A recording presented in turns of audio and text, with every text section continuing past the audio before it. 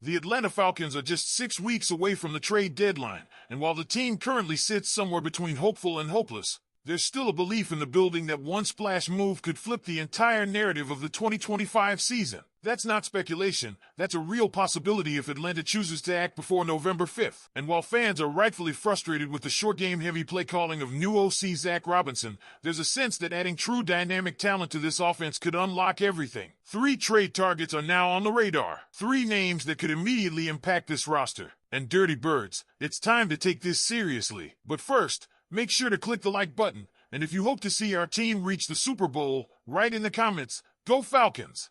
I still believe. Let's get right to it. Tyreek Hill. Yes, we're doing this again. And no, it's not a pipe dream this time. What was once brushed off as a fantasy scenario has evolved into something very real. The relationship between Tyreek Hill and the Miami Dolphins has reportedly soured to the point of no return. ESPN is reporting that a trade is not just possible, it's expected. The friction between Hill and quarterback Tua Tagovailoa has lingered since the end of last season and boiled over during training camp.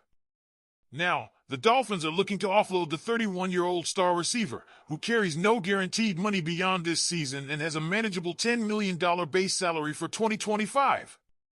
And here's the kicker, the Falcons could make this deal work financially and structurally. Let's not forget who Tyreek Hill is. Just 2 years ago, he put up nearly 1,800 yards and 13 touchdowns. While last season wasn't as productive, it's impossible to ignore the context. Tua missed 5 games with a concussion, and Hill's motivation clearly dipped as the team dysfunction increased. But don't get it twisted, Tyreek Hill is still a 1,000-yard receiver in this league. He's still a nightmare for defenses, and in an offense that desperately needs someone who can separate and make plays after the catch, he's the perfect fit. Imagine this trio, Drake London, Darnell Mooney, and Tyreek Hill. That's a legitimate 3-headed monster. A receiving core that can stretch the field, create space underneath, and finally give Michael Penix Jr. a chance to thrive. Tyreek's deep threat ability forces defenses to back off, opening up the entire playbook for Zach Robinson, whose current conservative approach would be forced to evolve with a player like Hill in the lineup. What would it cost? Surprisingly, not much. The current buzz suggests a 2026 fourth-round pick, a role player like David Sills, and minimal cash considerations could be enough to get Hill out of South Beach. That's an absolute steal for a player who, even at 31, can change a game on a single play. And while Hill may want a long-term deal, there's no pressure to commit right away.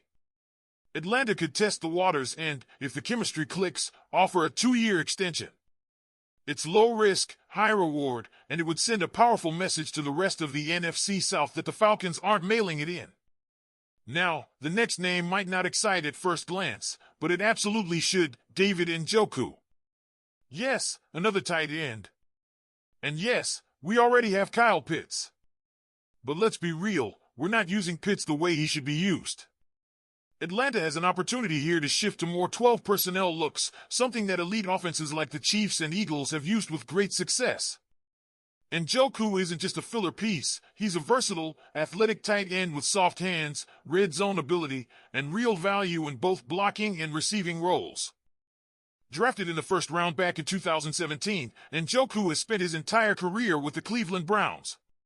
Last season was his best yet, with 882 yards receiving despite being on a team with constant quarterback instability. And the writing is on the wall in Cleveland. The Browns used a 2025 third-round pick to select Harold Fannin Jr., a tight end out of Bowling Green who has already cut into Njoku's reps, 9 targets in Week 1. 7 catches. 63 yards. It's clear who the Browns are leaning into, and Njoku, in the final year of his deal, is expendable. But here's the real value, Njoku complements Kyle Pitts.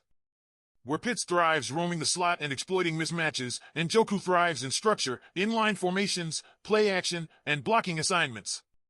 He allows Pitts to essentially become a big-bodied wideout, something we all know Pitts prefers. Njoku does the dirty work. He blocks, he chips, he runs precise routes. He's the kind of tight end that makes the entire offense better just by existing in the scheme. Cost? Again, surprisingly low. That same 2026 fourth-round pick could land Njoku. For a player with his upside, in the right system, that's a massive win. So let's not treat this like a luxury pick. This is a legitimate need. This is about maximizing the talent on your roster and giving your young quarterback every tool available to succeed.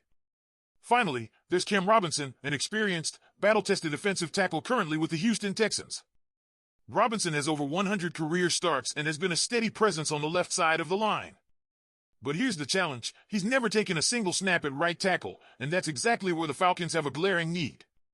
Elijah Wilkinson has struggled, and if this team wants to protect its investment in Penix Jr., upgrades are non-negotiable. So the Falcons have two options.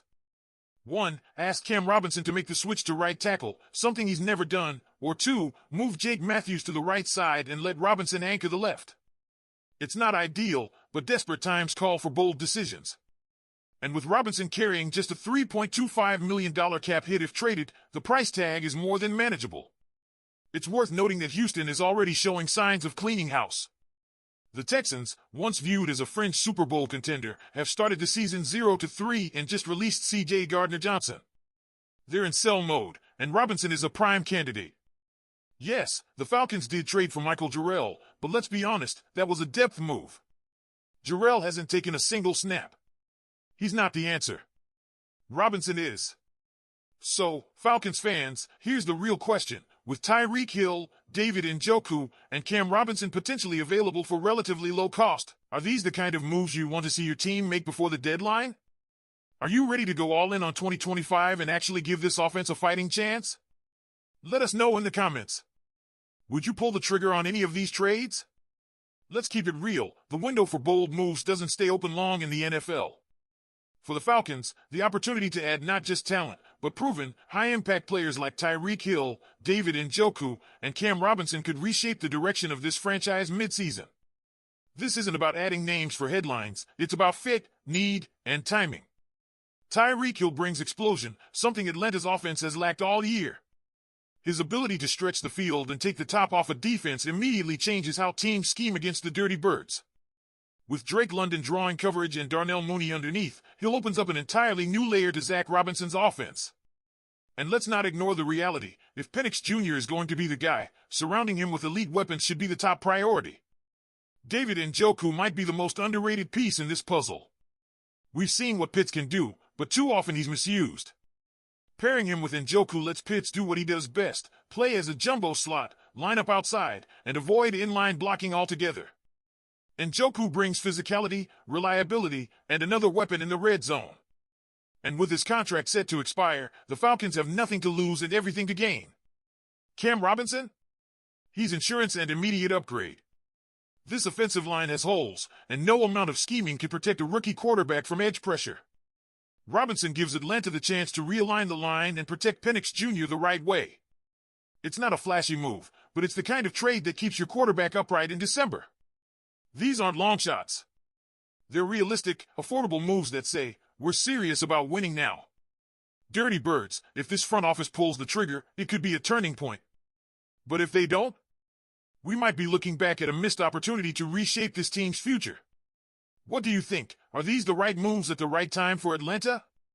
I want to hear your opinion. Don't forget to click the like button and subscribe to the channel.